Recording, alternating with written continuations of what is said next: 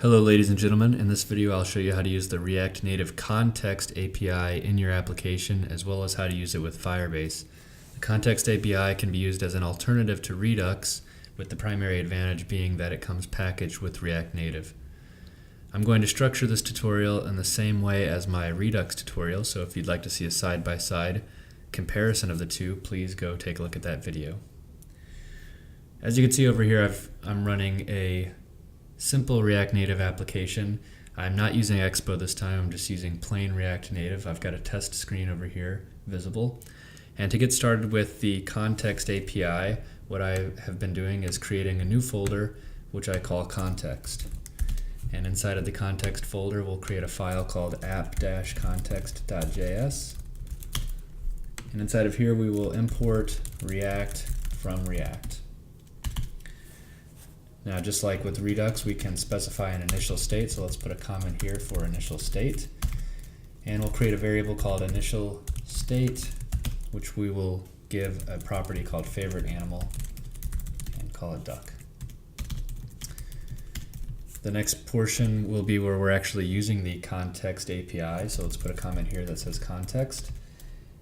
And we want to create a constant called app-context and set that equal to react.createContext. And let's actually go ahead and export this so we can use it in external files. Just below that, we'll also export a consumer, so let's call this variable app_consumer, and all that's equal to is the app-context.consumer. Next, we're going to create a provider similar to the Redux provider, so we will export a class called app_provider, which extends a react.component. And since it's a react.component, it works just like any normal component. We'll give it a constructor, and don't forget to call super props, and we'll set this .state equal to the initial state that we just created. Since this is a React component, we'll also need to give it a render method. What we're going to do is return an app-context.provider like this. And inside of that, we will place this .props.children. And what that allows us to do is put anything inside of this app provider component that we'd like and have it show up. And finally, we'll need a property of the app-context.provider, which is called value. And this, inside of value, you want any properties or methods that you want to be made available to users of this Context API. So for right now, we've got one property called favorite animal, so we will provide favorite animal, which is equal to this .state.favorite animal. And that's it for now in the app-context.js file, so we'll save that. Now, to provide your application with this data, we need to go into app.js, which is the entry point of our application, and we need to import app provider from context/app-context. And all you need to do is wrap your application inside of app provider. And now your application will have access to the Context API data. To actually use the data, we'll go into our test screen and we need to import the app consumer from context/app-context. And this will clutter up your render method just a little bit. What you need to do is come into render, and instead of returning the view as I have here, we're going to render an app consumer.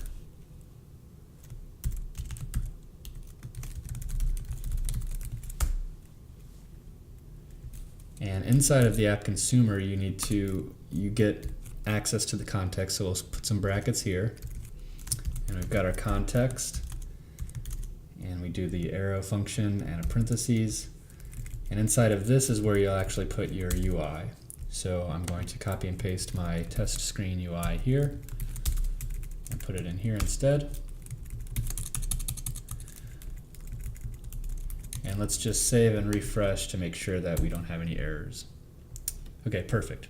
Now the difference now is that this UI has access to the context variable, which is basically the value here in our provider. So what that means is, since we have a favorite animal property in our provider, the context has a favorite animal property, so we should be able to display the favorite animal value. So let's add a text and we'll say context.favorite animal. Save it and refresh. And there you have our favorite animal right there.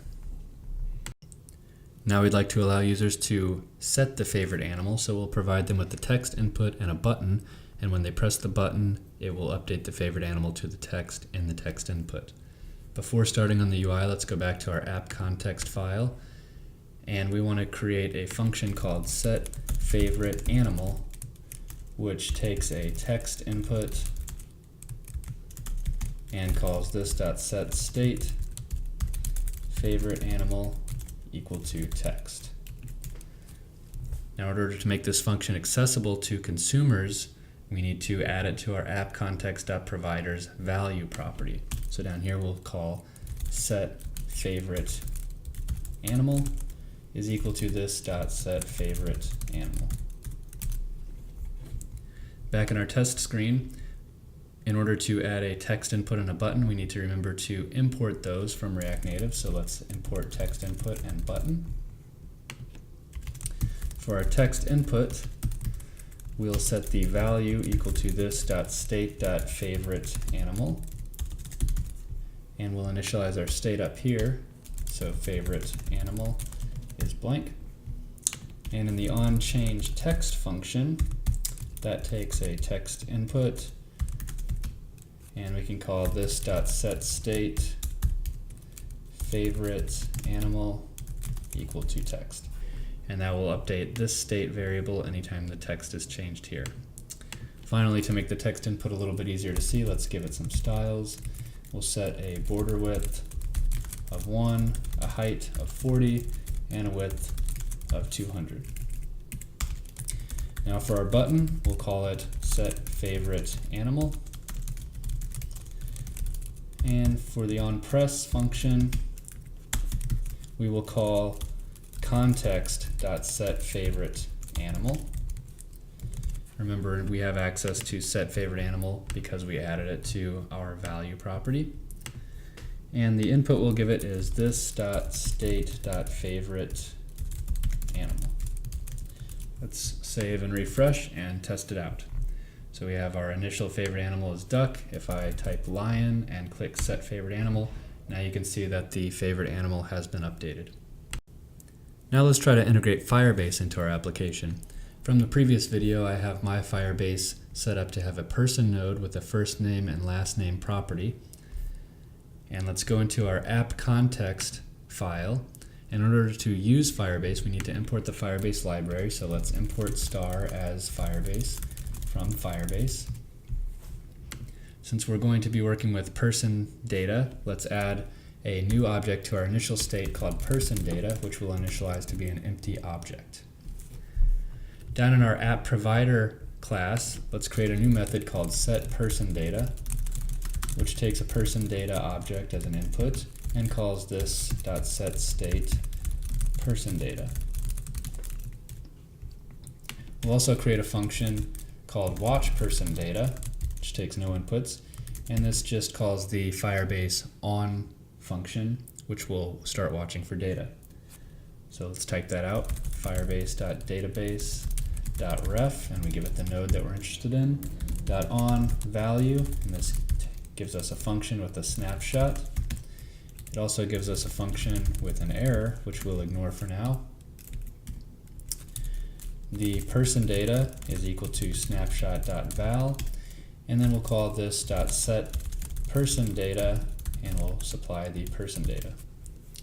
Since we're inside of a function and we want to access this, we need to remember to bind the this context. So right here we'll add .bind this. And now let's give consumers access to these methods by updating our value in the app context.provider. So we'll create a property called personData, which is equal to this.state.personData. And we'll also provide access to the watchPersonData function, which is equal to this.watchPersonData. Okay, over on our test screen now, we need to initialize the watchPersonData, and this is one of the first problems I ran into with the context API, which is that we don't have access to context outside of our render method, so we couldn't call watchPersonData in our constructor, for example. So I came up with a workaround that I don't think is a very good way of doing it, but it works. And I take my outermost component and I set the ref property, which is a function that takes a ref, but instead of assigning the ref, I just set this.context equal to context. And we now have access to context via a member variable called this.context. Then we come up here and create a component did mount function, and we can call this.context.watchPersonData, which will call the Firebase.on function for us. Let's save it and refresh to make sure we don't have any errors. Okay, and to verify that all the data is loading in correctly, let's add a text component that displays context.persondata.firstname, and another one that displays context.persondata.lastname.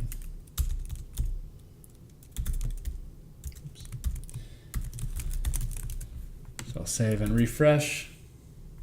And as you can see, we have Paul O'Neill in there.